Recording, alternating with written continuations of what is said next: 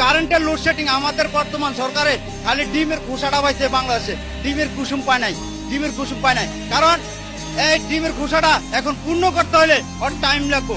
এরপর আমার বর্তমান প্রধানমন্ত্রী যেভাবে উদ্যোগ নিয়েছে ভারত দিকে ভারত যে দেশে যা এই কারেন্টের ব্যাপার গ্যাসের ব্যাপার নিয়ে কথা বলে, আমার বর্তমান প্রধানমন্ত্রী ইনশাল্লাহ যে পদক্ষেপ নিছে কারেন্ট ইনশাল্লাহ আমার এই 20 কোটি জনতা ইনশাল্লাহ পাবে।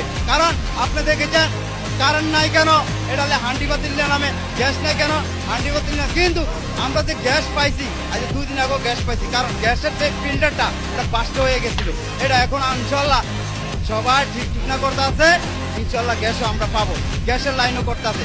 এই চিংড়ি গেট একটা তৈরি হয়েছে বাংলাদেশে, এই আমার বর্তমান প্রধানমন্ত্রী তারেক রহমানকে বলবো আপনি চিংড়ি গেট যে কোনো এলাকায় করে এই চিংড়ি গেটের ভান্ডটা ভেঙে চুরমার করে দিবেন, যত নেতা কর্মী আছে তাদেরকে একদম নির্দেশনা দিবেন চিংড়ি গেট এই দেশে চলবে না, চলবে না।